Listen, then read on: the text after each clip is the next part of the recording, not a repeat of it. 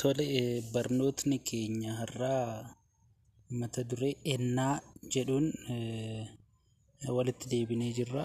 Mata dureen keenya har'aatiin ennaa maal akka ta'ee fi qoodamawwan ennaa tokko tokkoon ilaallaa jechuudha. Ennaa jechuun yeroo wanti tokko ta'e yeroo kam akka raawwate kan mul'isudha. Ennaa darbe, ennaa ammaa, ennaa kana dura ta'e jechuudhaan qoqqooduu dandeenya. Kanaaf ennaan wanta raawwatame tokko maaltu akka hojjetame, maaltu hojjetamuuf akka jiru kan agarsiisudha jechuudha. Ennaan tokkoffaa irratti kan laallu ennaa darbe.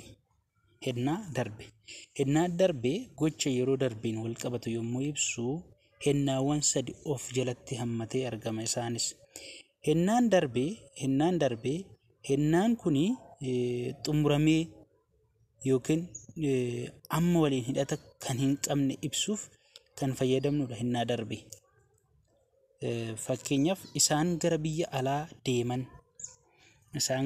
alaa deeman darbeera wanti kuni kana kan fayyadamnu ennaa keessaa deeman jedhu keessatti wanta darbe kan argisiisudha. Kanaaf ennaan kuni ennaa darbe agarsiisaa jechuudha. Inni lammataa isheen biddeena tolchite ka darbeedha. Ani bishaan dhuge. Kunneen kun fakkeenya ennaa darbeedha. Inni lammataa ennaa tarsiiqaa ka jennuunidha. Ennaa tarsiiqaa jechuun kun gocha yeroo murtaa'e yeroo darbe tokko keessatti raawwatamaa ture kan ittiin ibsanidha. Yeroo murtaa'e tokko keessatti kan raawwatame kan ittiin ibsinudha. Fakkeenya isaa yoo ilaallu warroota kana fayyadamuu dandeenya. Ture, turte, turan, turre. Kanneen kana yeroo fayyadamnu ennaa tarsiiqaa jennee fayyadamna jechuudha. Ennaa tarsiiqaan fakkeenyaan yoo ilaallu ani kubbaa taphataa ture. Wanta hojjechaa turte san argisiisa jechuudha. Ennaan tarsiiqaa. Fakkeenyi lammaffaa nuti qabsaa'aa turre.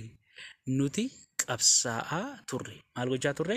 Qabsaa'aa turre. Wanta itti turte san kan argisiisu ennaa keessaa ennaa tarsiiqaa jedhamee waamama. Gocha yeroo hojiin itti raawwatame kan argisiisu ennaa jedhamee waamama. Fakkeenyi sadaffaa ati dubbisaa turte. Ati maal gochaa turte? Dubbisaa turte. Ati dubbisaa turte jechuun wanta raawwachaa turtedha.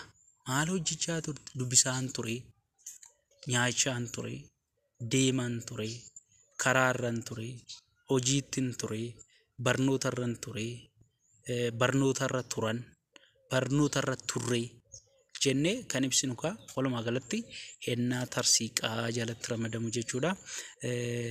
Ennaa raawwii darbee kan jennuun immoo ni jira jechuudha. Inni sadaffaani ennaa raawwii darbee. Ennaan raawwii darbee ennaan kun gocha yeroo darbe keessatti raawwate tokko dura gocha raawwate ibsuuf gargaara.